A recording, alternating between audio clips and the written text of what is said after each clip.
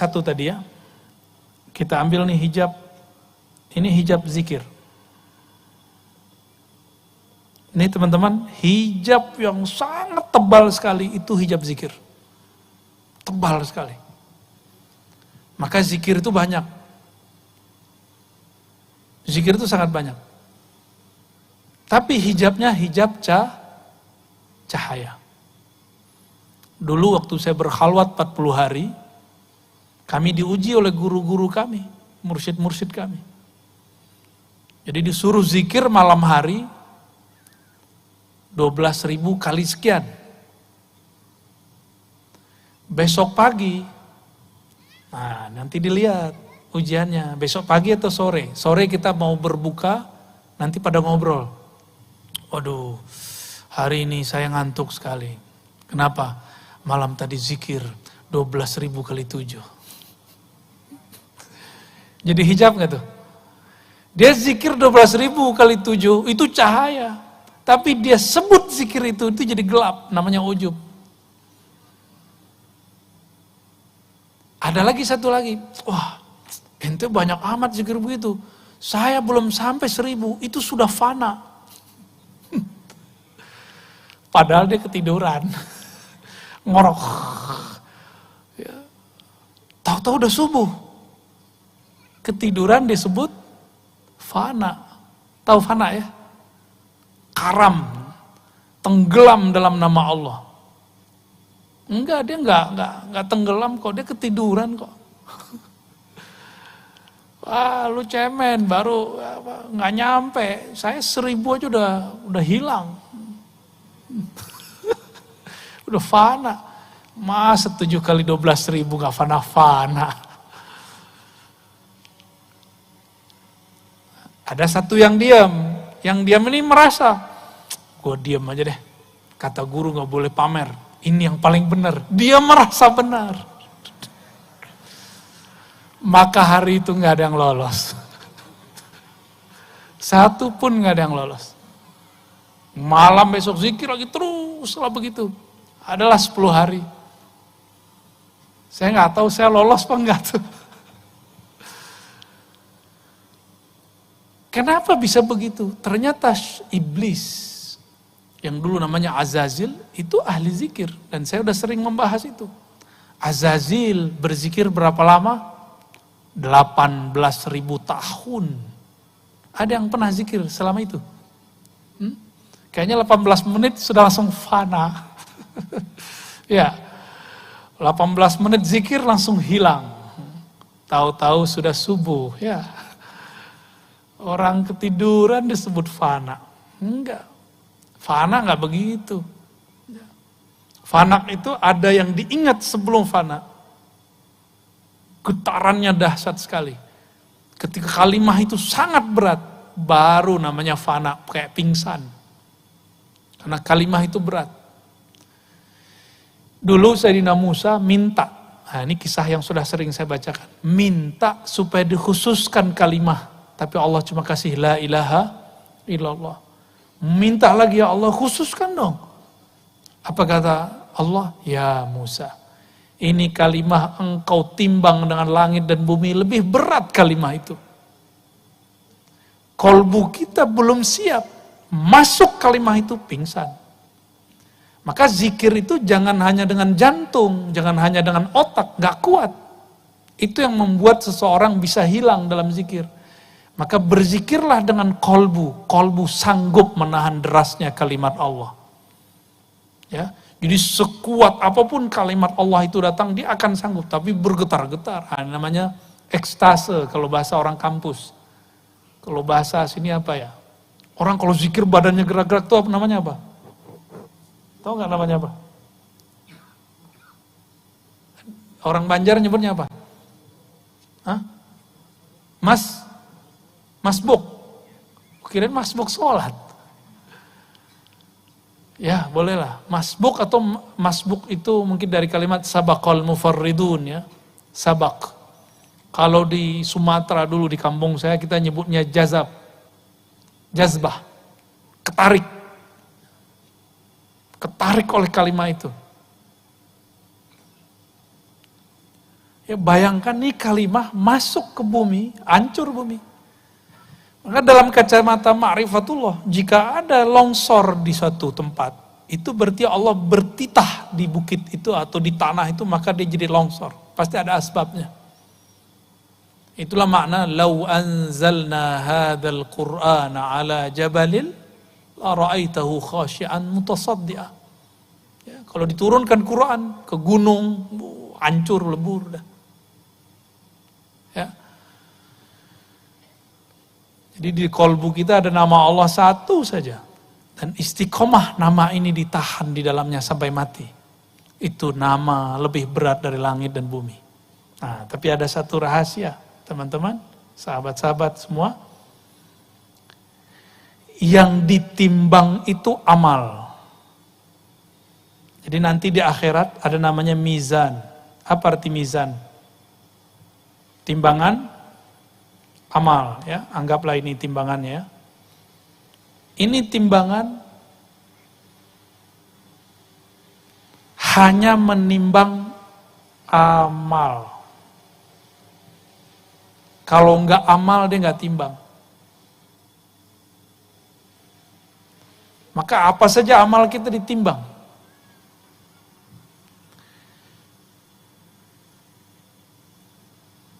Yang enggak sanggup ditimbang oleh mizan ada. Kalimah Allah masih bisa ditimbang.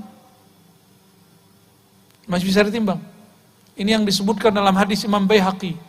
Ada orang bermaksiat sepanjang hidupnya, sebelum meninggal dia tobat di tangan seorang wali. Meninggal. Sebelum mati, dia tobat. Di tangan seorang wali ini mengajarkan nama Allah. Maka dia meninggal, di kolbunya cuma ada satu modal. Yaitu lafaz Allah. Di riwayat Imam Tirmizi, la ilaha illallah. Jadi ini digabung, sama aja. Ditimbanglah semua amal buruknya. Ditaruhlah di sini. Ternyata amal buruknya sepanjang hidupnya. Dicari amal baiknya enggak ada. Nyapa orang enggak, ada orang nyapa dia bilang, apa lo lihat?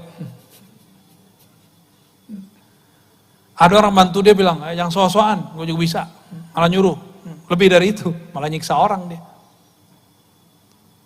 Nggak pernah baik ke pasangannya, nggak pernah baik ke anaknya, nggak pernah baik ke tetangganya. Semua orang dia sakiti. Tapi di hatinya gelisah, dia mengatakan, ini nggak benar cara hidup begini. Maka dia datang kepada seorang wali. Ya. Wali ini mengajarkan nama Allah Subhanahu wa Ta'ala.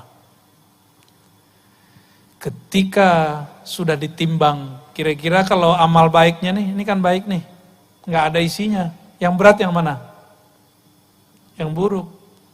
Ketika amal buruknya berat, malaikat azab sudah siap mengikat dia dengan ikatan dari api neraka. Ya, udah siap nih. Tahu-tahu Allah berfirman, wahai para malaikatku, tunggu. Buka dulu kolbunya, buka dulu dadanya, siapa tahu ada sesuatu di dalam dirinya. Dibukalah dadanya, ternyata jantungnya menyebut nama Allah. Itu yang dia pegang sampai sebelum mati. Kata Allah, ambil itu. Ambil itu jantung, pindahin ke timbangan. Lebih berat mana? Lebih berat nama Allah. Maka yang sudah ditalkin berapa bulan yang lalu, tolong diamalkan itu. Walaupun 40 kali ba'da sholat. Ya, habis sholat, diam sebentar, istighfar, baca Fatihah, tawasul yang kita mau, Nabi, Abah Guru Sekumpul, Syekh Saman, atau siapapun ya, yang jadi guru kita. Lalu kemudian kita zikir sebentar. Allah, Allah, 40 kali aja. Kalau lagi sibuk 7 kali. Tapi pelan-pelan, kita nggak cari angka di akhir zaman ini. Di akhir zaman ini yang kita cari adalah kualitas. Nah, ada yang nggak bisa ditimbang. Itu nama Allah masih bisa ditimbang. Apa yang nggak bisa ditimbang? Ilmu mengenai Allah. Makanya di dalam Al-Quran kita sering baca habis maghrib. Syahidallahu annahu la ilaha illahu wa wal malaikatu wa ulul ilm. Allah bersaksi dengan ilmunya dan para malaikat serta orang-orang yang memiliki ilmu. Ilmu ini nggak dapat ditimbang oleh mizan. Jadi yang ditimbang cuma amal, ilmu tidak bisa ditimbang. Oleh karena itu, surat Muhammad ayat 19, fa'lam annahu la ilaha illallah. Maka ilmuilah olehmu sebelum mengatakan la ilaha illallah. La ilaha illallah masih bisa ditimbang, tapi ilmunya nggak bisa ditimbang. Ya. Ini yang jadi PR kita ke depan. Maka ilmu kita, jalan pulang kepada Allah adalah mengenal siapa Allah itu. Itulah jalan pulang. Ya, itulah jalan pulang. Dan saya merumuskan dengan izin Allah dan isyarat dari guru-guru yang kita sebut haikal ma'arif. Haikal ma'arif itu artinya haikal ma'rifat. Kata orang Banjar apa? Ilmu ketuhanan. Tapi ini enggak tinggi-tinggi amat ya. Ini yang tinggi cuma gayanya aja ya. Itu yang kita baca tadi. Haikal ma'rifat. Apa bacaannya? Ahad Zatullah Ahmad Ruhullah. Ini dia. Ya. Muhammad ini biasa yang dikenal itu Nurullah. Ini yang biasa dikenal. Tapi kemudian ini boleh diganti dengan Habibullah. Muhammad Nurullah inilah yang menjadi ilmu yang disebut ma'rifat Nur Muhammad. Ma'rifat Nur Muhammad, ilmunya orang Banjar itu. Dari zaman Datu Kelampaian sampai sekarang, itu yang diolah terus, sampai sekarang. Barangkali itu rahasianya kenapa banyak orang namanya Nur di sini ya. Mungkin tafaulan namanya, ingin dapat keberkahan daripada Nur Nabi Muhammad sallallahu alaihi wasallam. Ini 3 di belakangnya masih ada 1 lagi. Al-Mahdi Khalifatullah. Tapi 3 ini cukup. Nah, ini disebut dengan haikal ma'arif. Boleh saya sebut dengan GPS jalan pulang. Ya. GPS. Benar tulisannya? Peta, map jalan pulang ini. Ahadatullah, Ahmad Ruhullah. Karena Al-Mahdinya belum muncul, nggak wajib dibaca. Tapi kalau nanti sudah muncul, karena sekarang sudah banyak yang ngaku jadi Al-Mahdi, benar nggak? Ya. Dan Al-Mahdi itu rumusnya 1, zuriat Rasul Sallallahu Alaihi Wasallam. Ini bisa jadi dari Banjar nih ntar, ngaku-ngaku. Ya, bisa jadi dari Pontianak, bisa jadi dari Jawa, bisa jadi dari Hadramaut, bisa dari mana-mana nanti orang. Pakistan sudah ada yang ngaku, di Mesir sudah ada yang ngaku. Di Maroko sudah ada yang ngaku, di Indonesia sudah ada yang ngaku, di mana-mana sudah ada yang ngaku. Nah kalau nggak mengerti haikal ma'rifat, kita nggak tahu yang mana sebenarnya petanya. Ya. Maka mencari Al-Mahdi bukan mencari fisiknya, hidungnya mancung, jidatnya lebar, seperti hadis Abu Daud. Itu nanti setelah islah baru ketahuan. Ada namanya islah, Al-Mahdinya dibenerin, berarti Al-Mahdinya sekarang lagi nggak bener. Kita nggak tahu di mana kan, Allah tutupin di mana, Allah rahasiakan di mana.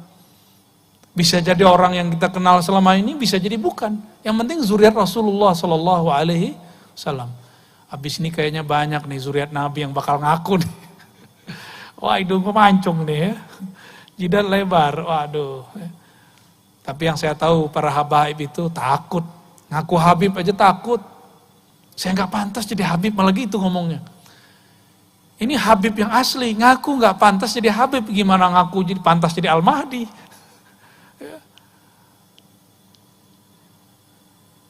Nah ini uraian ini teman-teman, sahabat-sahabat semua yang hadir. Ya, malam ini jam 8 nih, udah jam 12, masih kuat? Serius? Beneran? Kalau ya kita buka pintu pertama hijabnya. Habis ini ada pintu pertamanya. Ini baru haikal ma'arifnya. Pintu pertama hijabnya, ini aja ya, oleh-oleh sebelum selesainya ya. Oleh-oleh itu sudah kita praktekkan waktu kita talqin.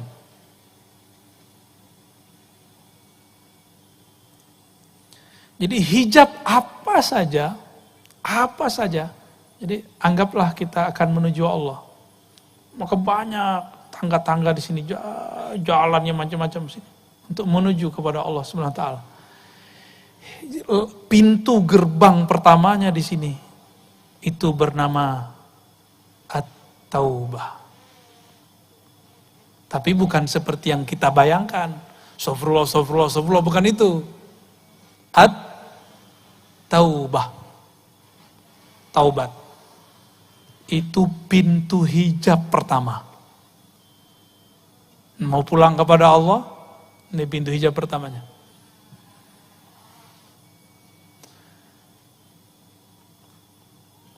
Taubat. Apa arti taubat? Selama ini kan orang bilang, kalau sudah taubat nggak boleh maksiat. Maksiat itu nggak boleh sebelum dan sesudah taubat. Salah itu kalau tadi itu. Kata kawan kita gimana? Kalau sudah taubat nggak boleh maksiat, berarti sebelum taubat boleh dong. Itu tipuan setan. Itu yang ngomong setan yang dipinjam lisan ustadz. Ustadznya nggak nyadar, dia lagi dipinjam. Karena setan itu mengalir di seluruh tubuh kita. Di pembuluh darah, di lidah ini ada setan. Maka sebelum kita kajian, kita wajib berlindung kepada Allah, bertawasul kepada Rasulullah. Ini menurut saya loh ya. Maka kita diam dulu sebelum taklim, supaya nggak darah kita ini nggak diganggu oleh syaitan. Ya. Apa kata syaitan tadi? Lewat dai yang kesurupan setan? Nih maaf nih kalau ada yang kesurupan setan ya. Itu kesurupan begini lebih bahaya daripada kesurupan ngamuk-ngamuk. Karena kesurupan begini kita bacain ayat, dikeluarin dalil sama dia. Kalau yang kesurupan, tinggal diginin dikit selesai. Ya bentar, paling lama 1 menit, 2 menit beres. Tapi kalau begini, bertahun-tahun dia bisa nggak beres. Apa kata dia? Kalau sudah tobat nggak boleh maksiat, keliru begitu. Maksiat itu nggak boleh sebelum tobat, saat tobat, dan setelah tobat nggak boleh. Paham ya? Terus kalau kita terjebak, itulah cerita. Kalau saya melakukan maksiat dengan tidak ada i'tikad bahwa itu halal, maka masih muslim. Itu yang kita tobatkan. Nah, maka at-taubah itu maknanya adalah an-nadam. Nadamun. Apa arti nadamun?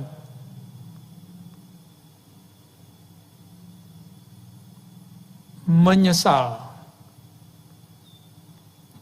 Jadi menyesali sebelum nyawa berpisah dengan badan. Itu yang disebut nadam. Maka aslut taubah an-nadamu. Mengaku kepada Allah bahwa kita sudah salah jalan. Nah ini yang paling penting. Nadam itu menyesal. Besok terjadi lagi, itu urusan besok. Kan kita nggak tahu masa depan kita. Ada yang tahu besok taat atau maksiat, ada nggak? Itu kan bagian dari ilmu gaib. Jangan kemudian berbicara yang gaib, kita nggak tahu kalau Allah nggak kasih tahu. Mungkin nggak besok orang yang tobat malam ini maksiat lagi? Mungkin nggak? Ini kata kuncinya mungkin. Sebagaimana dia mungkin tetap taat. Benar nggak? Kemungkinannya sama. Maka Allah berikan di dalam diri orang ini namanya kasab. Usaha untuk memilih. Ini yang kita pertanggungjawabkan nanti. Nah, tobat itu ada tingkatan-tingkatannya. Ada tingkatan tobat ya. Tobat apa sambal. Bukan, nggak masuk tuh tobatnya Banjar tuh. Ya. Tobat pertama apa tobat pertama? Kita kalau bagian tobat pasti dari dosa yang zahir, benar ya? Dari mabuk, zina, korupsi, mata jelalatan, ya enggak? Cuma gitu doang. Emang gitu doang? Terus Nabi kenapa masih tobat? 100 kali, 70 kali. Apa Nabi jelalatan matanya? Apa Nabi korupsi? Kan enggak. Terus Nabi tobat dari apa? Berarti ada yang ditaubatkan Rasulullah, bukan dosa yang zahir. Nah, maka tobat yang pertama kita boleh sebut taubatul awam atau tobat zahir. Ini awam. Tobatnya dari dosa yang zahir. Orang awam mengira kalau sudah tobat di bab ini sudah selesai, sudah suci. Maka jangan heran banyak orang awam ini sok suci. Banyak orang awam berani bentak kiai. Nanti di akhir zaman ini sudah mulai-mulai orang awam bentak kiai. Antum akan lihat gak lama lagi guru-guru kita, mu'alim kita, kiai kita, habaib kita nanti dibentak oleh mereka. Cuma karena beda politik, beda torikot, beda mazhab, beda faham, nanti dibentak. Bentaknya gak tanggung-tanggung, pakai takbir, soleh bener kan? Allahu Akbar, lah yang ditakbirin kiai ahli wirid. Ya. Yang ditakbirkan seorang kiai yang di kolbunya Allah sudah maha besar. Ya mantul lah nama Allah itu. Imam Asy-Syahrastani mengatakan, kelompok teroris atau khawarij, mereka itu merasa sudah suci zahirnya. Mereka menjaga diri daripada dosa-dosa yang zahir ini. Tapi mereka tidak menjaga dirinya dari dosa yang batin. Maka ada tobatnya khawas. Tobatnya khawas dari dosa yang batin. Batin ini kita sebut bukan kolbu ya, nafsiyah.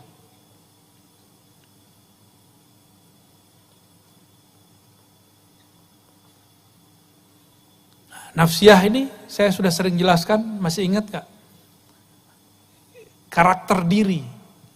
Ada diri yang cenderung kepada kebinatangan ternak, maka sifat nafsiyah yang muncul serakah. Bahasa kitanya tamak, bener? Ya. Itu bahasa kita apa bahasa Arab tuh? Tamak. Tomak, ya. Apalagi? Syahwat. Nah, itu nafsiyah, bagian-bagian kebinatangan ternak. Siang tadi kita puasa, apa yang kemudian sedang dididik di situ? Itu emosi. Ya. Jadi dosa daripada emosi. Nah, ini yang kemudian lagi coba dibenerin. Hari ini masih emosi nggak? Ada komentar orang di Facebook, di WA, emosi nggak? Wah, masih belum lolos tuh. Ya, nggak, jangan balas.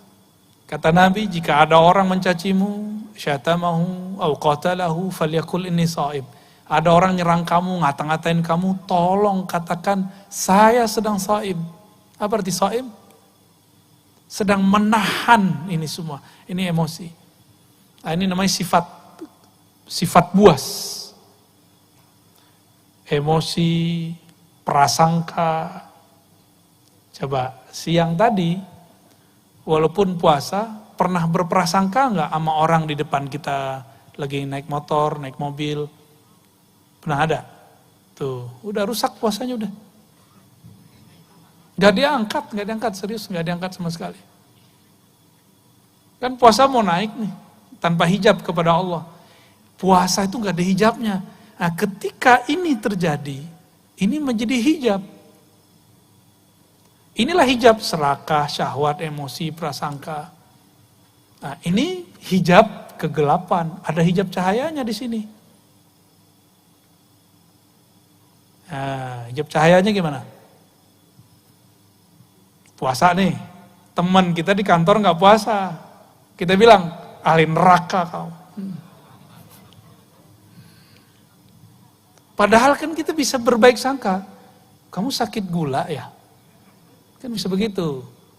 Atau sakit gila. Ya. Kan bisa begitu kan? Bisa begitu. Jadi bisa dibalik. Kenapa kita nggak membaliknya? Yang paling berat, kalau yang berbuka itu orang yang dianggap wali. Pernah nggak ketemu wali buka puasa siang hari? Saya ketemu Pak, itu saya sempat ragu sama dia tuh. Ini beneran wali nggak? Ya. Tapi ternyata teringat ada satu kalam yang dinukil Imam Sya'rani, dinisbatkan ke Abu Hanifah. Tapi saya yakin ini bukan kalam Abu Hanifah. Kalau ada seorang muslim atau seorang wali, seorang mukmin berkata sesuatu, melakukan sesuatu, harus kita takwil, maksudnya kita husnuzon kepadanya dengan 70 makna alternatif. Jadi kalau kita ngelihat, ya, misalnya nih, lagi puasa, terus teman kita jalan sama seorang perempuan, yang menurut kita, mungkin waktu dia nikah kita gak diundang. Selingkuhan baru nih. Kita lagi puasa ya. Itu dulu, sekarang prasangka itu yang paling gawat adanya di dunia sosial, media, sosmed. Ada orang-orang atas nama amar ma'ruf nahi mungkar, lalu membicarakan orang lain dan dia mengatakan, ini bagian dari amar ma'ruf nahi mungkar. Dia nggak sadar, dia sedang mengotori jiwanya dengan nyebut-nyebut kesalahan orang. Belum tentu orang itu salah. Ini mesti diingatkan, umat harus diingatkan. Ada yang begitu nggak? Namanya tahzir, mewarning. Udah jadi panitia kebenaran dia. Ya. Jadi yang dia tahzir berarti sesat. Kalau dia enggak. Ya. Lupa sama diri sendiri. Ya. Itu terjadi bukan di orang awam, pada ulama. Hati-hati. Di kalangan ulama itu terjadi. Atas nama membela kebenaran, dia kemudian melakukan kebatilan. Dan dianggap kebatilan itu boleh. Dianggap kebatilan yang dia katakan itu, ya, itu sebagai nasihat. Itu cahaya, ingin amar ma'ruf nahi mungkar, cahaya enggak?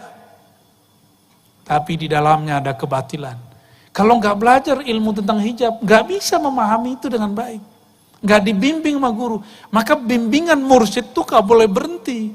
Sampai sekarang walaupun saya sudah diijazahi irsyad, saya masih punya mursyid dan mursyid saya banyak. Kita ditegur bagian ini, ditegur bagian, dan itu indah sekali ketika ada yang mengingatkan. Harus dibimbing rohani kita. Ya, jadi jangan berhenti punya mursyid ya. Jangan berhenti sama sekali. Mesti punya pembimbing rohani. Kalau berhenti, ya nanti akan ada rasa-rasa itu muncul. Maka taubatnya Khawas bukan saja dari kegelapan, ya, tapi juga dari cahaya.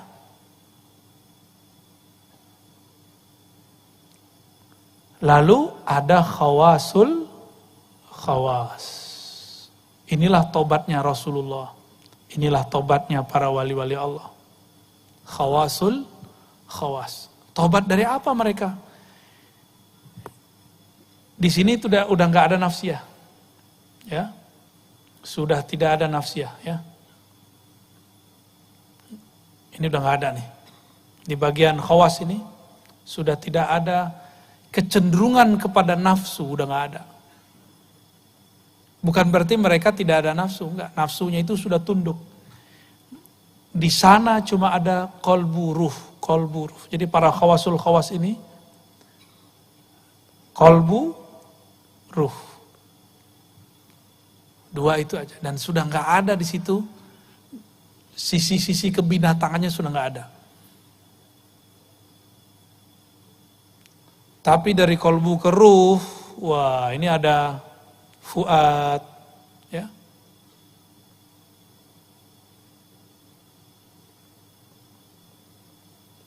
ada di situ lub, ada di situ sir. Ini hijab ke sininya sudah 70.000, di sini 70.000. Ya kalau dikali-kalin semua jadi jutaan jadinya. Ya. Maka seorang wali-wali besar itu tidak mungkin mereka kalau nggak dibantu oleh Allah, tidak dapat syafaat Rasulullah, tidak bersanad kepada guru-guru wali Allah, nggak mungkin bisa menembus ini. Kita mikirin satu aja udah berat, Pak.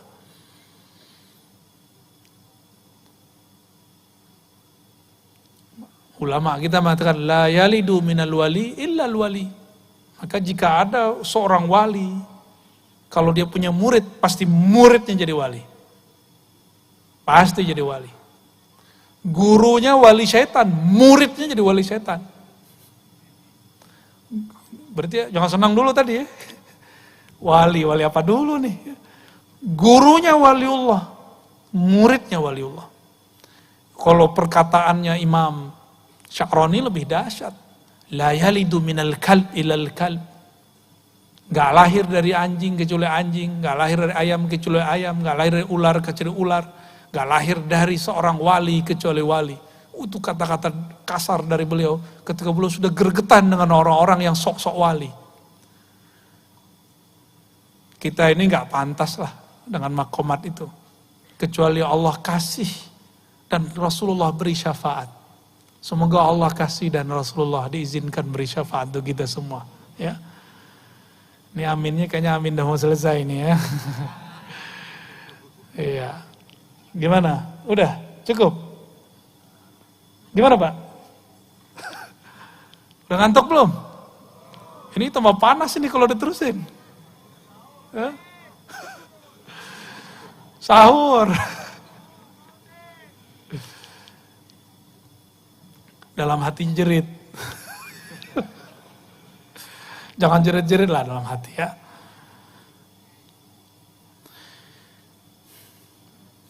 Lalu Nabi ketika istighfar 70 kali, itu istighfar apa? Level 2, istighfar dari kegelapan dan cahaya, benar? Lalu Nabi itu cahaya bukan? Nabi itu cahaya, beristighfar. Inilah yang disebut nurun ala nur. Cahaya di atas cahaya. Nabi itu cahaya. Lalu beliau mengatakan, innahu la yughanu ala qalbi. Sesungguhnya ada ghain di dalam kolbuku. Apa arti ghain? Ghain itu adalah lapisan hijab-hijab cahaya. Kalau Nabi nggak ada ghainnya, maka beliau bisa mabuk terus, mabuk dalam ma'rifatullah. Nggak bisa beliau ngurusin umat. Nggak bisa beliau kemudian menjadi imam sholat, karena kalau jadi imam, sholatnya bisa panjang. Ya, kita duluan kabur kali ya. Jadi Nabi kalau nggak ada ghain ini di kolbunya, Masya Allah. Itu sahabat-sahabat nggak ada yang sanggup bersama Rasulullah SAW. Maka Nabi mengistighfarkan itu. Astaghfirullah. Inilah yang dikatakan oleh Rabi'atul Adawiyah. Silakan ini diamalkan nanti ya. Mungkin sudah pernah dijelaskan dulu oleh Abah Guru sekumpul. Astaghfirullah fi istighfari. Coba baca. Astaghfirullah fi istighfari. Kalau digabung, astaghfirullah fi istighfari. Ya Allah, ampuni aku dalam permohonan ampunku. Ampunkan aku dalam istighfarku. Ampunkan aku di dalam permohonan ampunku yang tidak sungguh-sungguh. Ampunkan aku dari istighfar yang masih ada hijab di dalamnya. Ini kalam yang beliau sampaikan. Rabi'atul Adawiyah. Ya. Nah, inilah kemudian yang Rasulullah SAW katakan. Rasulullah SAW mengatakan, inni la astaghfirullah sab'ina marrah. Aku beristighfar setiap hari 70 kali. 70 itu bukan berarti 70, bisa jadi banyak, namanya litakthir. Ya. Siapa yang tidak memulai jalan pulangnya kepada Allah dengan istighfar ini, maka dia tidak akan pernah berjalan dalam jalan-jalan thariqah, maka mau sampai kapan dia akan wusul kepada haqiqah. Jadi mulailah menyadari diri, menyesali diri, mengakui kesalahan diri, datang sehina-hinanya kepada Allah, baru bisa zikirnya nikmat. Baru takbir dalam sholatnya nikmat. Jadi kalau ada orang bertanya, kenapa sholat saya tidak khusyuk?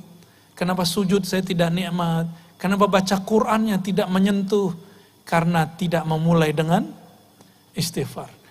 Nah, saya simpulkan sederhana, hijab dari Allah Subhanahu wa taala sangat banyak sekali.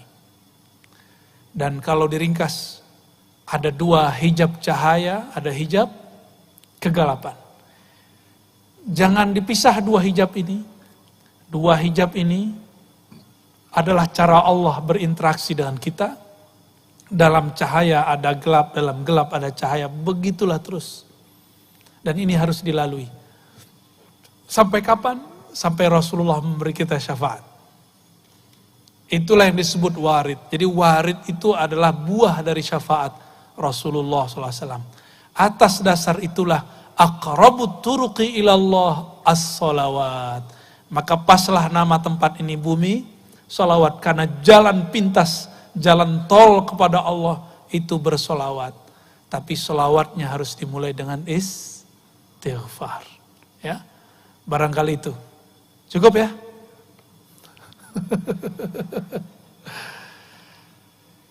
Insya Allah next time kita jelaskan sholawat apa aja nih sholawatnya. Jadi ada sholawat jasad, ada sholawat kolbu, ada sholawat, itu ada sholawatnya semua. Nah, kita buka sedikit sebelum penutup. Kenapa Sidi Ahmad Tijani mengatakan baca sholawat ini sama dengan 70.000 sholawat yang itu. Itu karena sholawat yang beliau sebutkan sholawat yang lapisan-lapisan cahaya. Lihat orang tawaf, yang paling dekat Ka'bah cepat nggak selesainya? Yang jauh, dia udah muter 1, kita sudah muter 5. Kalau kita di dekat Ka'bah. Nah, sholawat itu ada yang seperti itu, ada yang di dalam Ka'bahnya dia. Kira-kira begitu. Ya. Maka beruntunglah orang-orang yang thariqahnya diisi dengan sholawat, yaitu cinta kepada Rasulullah Sallallahu Alaihi Wasallam. Ya, saya rasa cukup karena sudah mulai kedinginan, sudah mulai teriak sahur, sahur. Karena sudah dikasih tadi zikir istighfar, zikir nafasnya dipending dulu. Ya, halnya belum turun ini. Nggak tahu kenapa ya. Insya Allah lain waktu kita kasih zikir nafas insya Allah. Sekarang amalkan saja yang tadi. Astaghfirullah hafiz istighfar. Ampunkan ya Allah permohonan ampunku. Semoga Allah meridhoi siapapun yang hadir. Siapapun yang berjasa mengadakan kajian ini. Orang-orang yang datang pada malam ini. Orang tua kita, guru-guru kita semua. Semoga mereka dan yang hadir ini diridhoi oleh Allah. Bibarakatil Fatihah. A'udzubillahi minasyaitonir rajim. Alhamdulillahirabbil alamin. Iyyaka na'budu wa iyyaka nasta'in. Shiratal ladzina an'amta 'alaihim ghairil maghdubi 'alaihim waladdallin. Allahumma rahmanir rahim ya karim ya azim. Shalli ala nabiyyina Muhammad. Ya Allah, sampaikan salawat kami, rindu kami, salam kami, cinta kami kepada Nabi Muhammad sallallahu alaihi wasallam. Ya Allah, saksikan bahwa kami bersaksi, menyatakan, mengakui bahwa tiada yang berhak disembah kecuali Engkau. Bahwasannya Nabi Muhammad adalah kekasih Engkau. Nabi Muhammad adalah nur Engkau. Nabi Muhammad adalah Rasul dan Nabi Engkau. Allahumma ya Ghaffar ya Ghafur, ighfir lana dzunubana. Ya Allah, dosa kami sangatlah banyak. Dosa dari ujung mata sampai ujung kaki. Dosa mata, dosa telinga, dosa lisan, tangan, dan kaki. Dosa yang kami sadari, yang tidak kami sadari. Dosa sombong di dalam diri. Dosa merasa suci di dalam nafsi. Ampunkan ya Ghaffar, ya Ghafur. Hanya Engkaulah yang dapat mengampuni kami. Hapuslah semua maksiat dan noda hitam dalam kolbu kami. Allahumma ya muqallibal qulub, wahai yang membolak balik hati kami. Malam ini kami masih bertawajuh menghadap kepada Engkau. Setelah ini kami tidak tahu ya Allah. Esok pagi kami tidak tahu ya Allah. Esok lagi kami tidak tahu ya Allah. Semuanya dalam ilmu yang gaib masih di sisimu ya Allah. Namun kami bermohon ya Allah, jadikan kami minalladzina qalu rabbuna Allah tsumma istaqamu. Bagian dari orang-orang yang mengatakan Rabb kami, Tuhan kami, pencipta kami hanyalah Allah. Lalu mereka beristiqamah. Allahumma ya muqallibal qulub, tsabbit qulubana ala dinika wa ta'atik. Wahai yang membolak balik hati kami, tetapkan hati ini bersamamu. Tetapkan hati kami taat kepadamu. Dan wafatkan kami dalam husnul khatimah. Allahumma ya nur, ya man huwa nur ala nur. Wahai sang maha pemilik cahaya, cahayailah kalbu kami yang gelap dengan nur keilmuan darimu, nur ma'rifat mengenalmu, nur yang tiada ujung dan batasnya, nur syafaat Nabi Muhammad sallallahu alaihi wasallam. Allahumma ya Allah ya Rahman ya Rahim ya Karim, ij'al khawatimana bihusnil khatimah. Jadikan akhir hayat kami akhir yang indah, akhir yang penuh taubat, akhir memandang wajah kekasihmu Rasulullah sallallahu alaihi wasallam, akhir mendapatkan ridha daripada Engkau. Rabbana atina fid dunya hasanah wa fil akhirati hasanah wa qina adzabannar. Wa sallallahu ala nabiyyina Muhammad walhamdulillahi rabbil alamin. Demikian dari kami. Assalamualaikum warahmatullahi wabarakatuh.